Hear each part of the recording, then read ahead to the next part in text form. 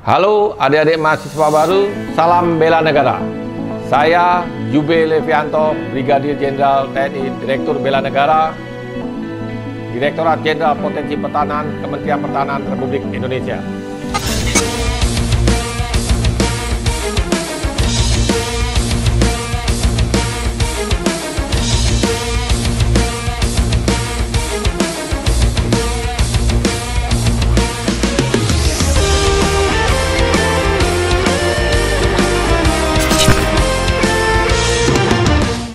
Ada 3 hal mendasar untuk pentingnya bela negara. Yang pertama, apa yang harus dibela? Kedaulatan negara, keutuhan wilayah, dan keselamatan bangsa. Mengapa harus dibela? Saya ibaratkan negara layaknya sebagai makhluk hidup. Makhluk hidup tidak ada, berkembang, dan mati. Demikian juga dengan negara. Ya, sebelum merdeka, lalu mengisi kemerdekaan. Tentunya dalam mengisi kemerdekaan banyak sekali ancaman-ancaman yang akan kita hadapi. Ya, siapa yang membela? Kita sebagai warga negara memiliki kewajiban untuk membela negara kita, termasuk adik-adik saya dan seluruh masyarakat Indonesia. Adik-adik, kita harus bersyukur karena Tuhan Yang Maha Kuasa kalau kita tinggal di suatu negara yang begitu luar biasa, negara Indonesia yang terdiri dari 17.395 pulau, 274,9 juta penduduk, serta memiliki suku bangsa yang begitu banyak, 1.340 suku bangsa, terdiri dari 655 bahasa daerah. Sesuai Undang-Undang Nomor 23 Tahun 2019, bela negara adalah tekad, sikap, perilaku, serta tindakan warga negara, baik secara perorangan maupun kolektif, dalam menjaga kedaulatan negara, keutuhan wilayah, keselamatan bangsa, dan negara yang dijiwai oleh kecintaannya kepada negara kesatuan Republik Indonesia yang berdasarkan kepada Pancasila, Undang-Undang Dasar 45, dalam menjamin kelangsungan hidup bangsa dan negara dari ancaman. Bela negara bukan wajib militer, tetapi bela negara merupakan hak dan kewajiban setiap warga negara. Adik-adik mahasiswa baru, saya akan sampaikan ancaman terhadap pertahanan negara. Yang pertama adalah ancaman militer. Yang kedua adalah ancaman non-militer. Yang ketiga adalah ancaman hibrida. Adapun ancaman aktual yang kita hadapi saat ini adalah seperti pelanggaran wilayah perbatasan, separatis, perompakan, radikalisme, ancaman cyber, terorisme, ya macam-macam bentuk-bentuk ancaman tersebut. Ya, saat ini kita sedang menghadapi satu bentuk ancaman aktual, yaitu wabah penyakit COVID-19. Ada ancaman potensial. Ancaman potensial ini berupa perang konvensional ataupun perang terbuka. Ini yang harus adik-adik pahami tentang bentuk-bentuk ancaman terhadap pertahanan negara. Adik-adik mahasiswa baru, saya akan perkenalkan dinamika perjuangan Negara Kesatuan Republik Indonesia. Ya, diawali dengan pergerakan nasional Budi Utomo tahun 1908, dilanjut dengan kegiatan Sumpah Pemuda, kemerdekaan RI, ya, ada agresi militer Belanda pertama, kedua, ada serangan umum, ya, ada kegiatan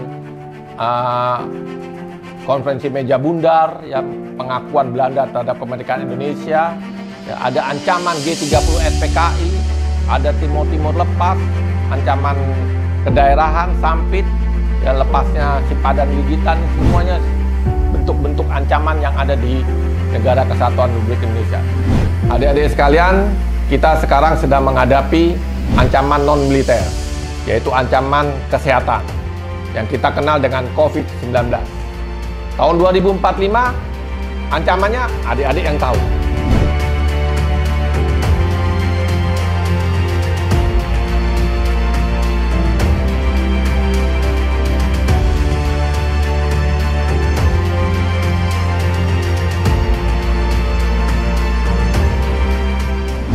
Adik-adik sekalian, tanpa terasa kita sekarang hidup di era kemajuan teknologi yang sangat pesat, yaitu di zaman revolusi industri 4.0. Di era ini, kita tidak lepas dari kebutuhan kita sehari-hari, yaitu menggunakan internet dalam kehidupan kita sehari-hari. Adik-adik sekalian, saya akan perkenalkan salah satu bentuk ancaman, yaitu perang modern. Ya, salah satu contoh yaitu dengan proxy war, di mana negara yang berkuasa, negara yang kuat, memperdaya negara-negara yang lemah. Metodenya bagaimana? Yaitu dengan mencuci otak, brainwashing. Ya, bagaimana mempengaruhi seseorang agar mereka melakukan keinginan sesuai dengan kehendak lawan. Ya, menanamkan doktrin, mengubah strategi, ya, mengubah ideologi, mengubah paradigma, mengadu domba, ya, adanya intoleransi, teror. Ya, ini cara-cara yang diberikan oleh negara kuat ya untuk memperdaya negara yang lemah. Ya, ada juga separatis, teroris, ya, macam-macam, ya, Ipolek Sosbud, ya, ujung-ujungnya adalah ingin menguasai Indonesia. Bagaimana polanya, metodenya? Ya, melalui lembaga pendidikan, ya, melalui tempat ibadah, media sosial, ya, penyampaian berita-berita yang hoax dan lain sebagainya. Ini semua dapat diatasi dengan kemampuan sumber daya manusia yang memiliki ilmu pengetahuan dan kesadaran bela negara. Adik-adik sekalian, beberapa peraturan perundang-undangan yang mengatur tentang bela negara.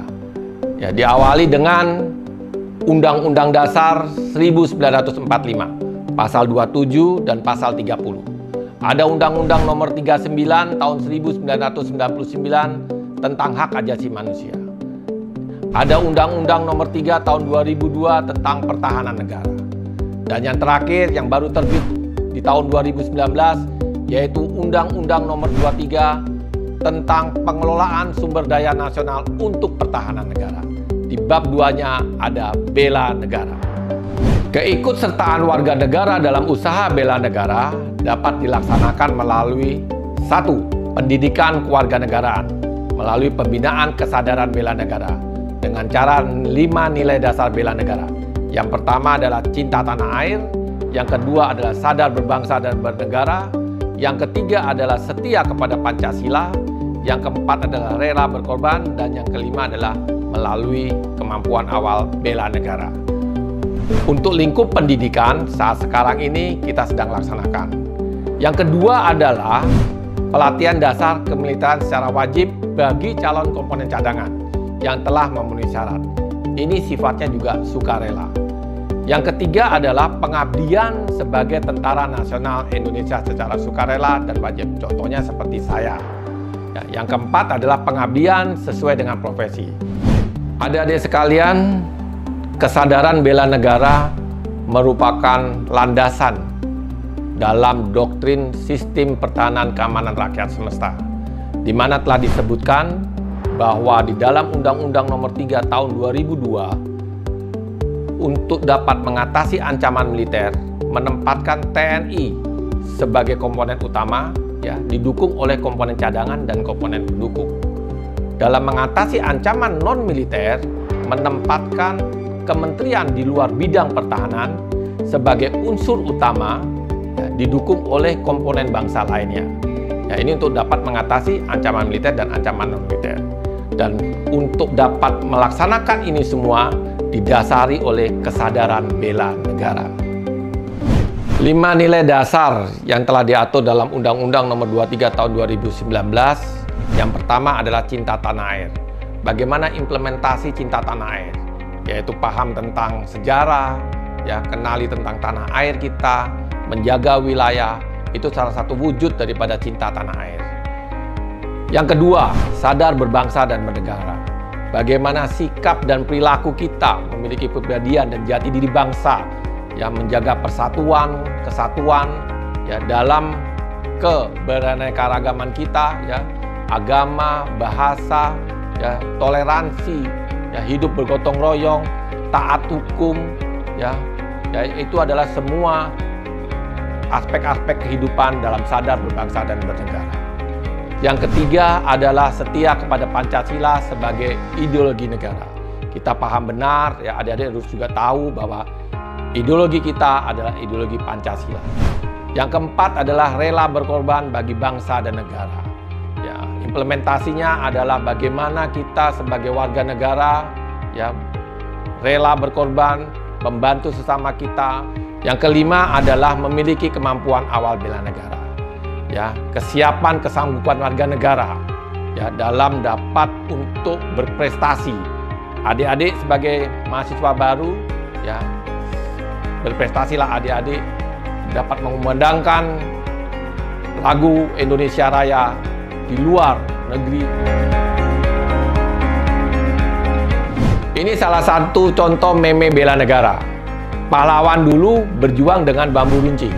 Pahlawan sekarang yang bisa menjaga jempol dan mulutnya tidak runcing untuk menyebarkan hoaks itu adalah bela negara. Adik-adik sekalian, siapa yang tidak kenal ini? Tokoh Atta Halilintar. Dia punya slogan yang cukup unik dan bagus untuk dapat dipahami oleh kita semuanya. Bela negara itu bukan banyak gaya, tapi bela negara harus banyak karya. Harapan kita semua kepada adik-adik mahasiswa baru adalah yang pertama, bela negara tak harus angkat senjata. Cukup melakukan hal yang terbaik untuk Indonesia sesuai dengan kemampuan dan profesi masing-masing. Yang kedua, sebagai agen perubahan dalam kesadaran bela negara di lingkungan kampus. Yang ketiga, sebagai role model dalam aksi nyata bela negara. Yang keempat, gunakan teknologi informasi secara cerdas dan untuk hal yang positif. Gunakan media sosial secara bijak, isi dengan konten-konten yang positif. Eksperimenkan kebanggaan Anda sebagai bangsa Indonesia. Yang kelima, tidak menyebarkan hoaks, saring sebelum sharing. Yang keenam, kreatif dan inovatif dalam membangun kompetensi diri guna menyiapkan diri sebagai kader pemimpin Indonesia di masa depan. Yang ketujuh, Indonesia Emas 2045 adalah milik adik-adik sekalian. Adik-adik, untuk mengenal lebih jauh tentang bela negara, ikuti sosial media tentang bela negara. Ada di Instagram, ada di YouTube, ada di TikTok, ada di Facebook, dan web bela negara. Sekian dan terima kasih. Salam bela negara.